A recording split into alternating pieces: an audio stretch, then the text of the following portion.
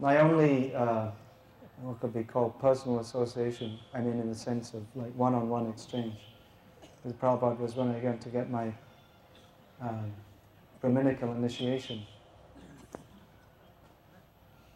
And I'd been waiting a few days because Prabhupada gave so many people all at once initiation. This was here in Vrindavan in 1976.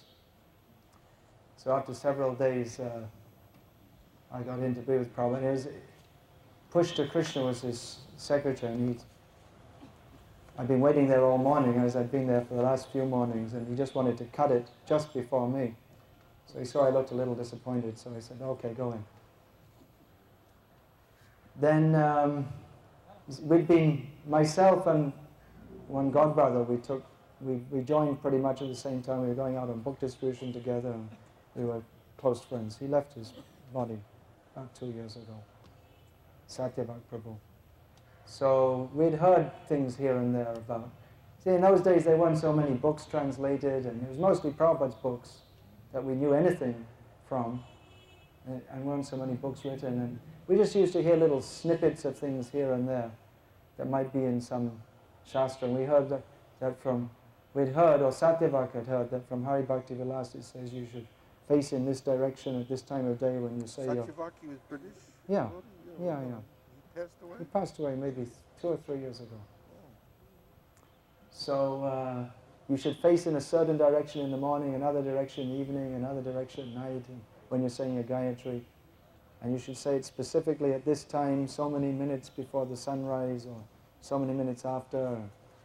And you should hold it at the throat or something like that at the morning, or something, I can't remember, in the chest at midday, like this. There's so many detailed rules of how to do it. So we thought, well, this is very interesting and far out, as the language was in those days.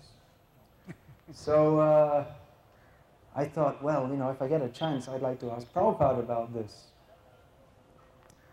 So anyway, I went in, and Prabhupada had me pronounce the words, and I thought I knew how to pronounce Sanskrit quite nicely, so I read the sheet out, and every word I said wrong, and Prabhupada was correcting me. And then after after the first mantra, Prabhupada just gave up trying to correct me, and just, whatever I said, he just let it go on. So then he saw this saying, he said, you chant this mantra morning, noon, and evening. Do you have any questions? So I wanted to ask about this, that I'd heard that you should chant exactly so many minutes before the sunrise, or so many minutes after it, like that. So I said, Prabhupada is... And then I was going to ask about which direction to face in, to confirm all these things we'd heard, and then which direction your thumb should be facing. I don't know what it was exactly.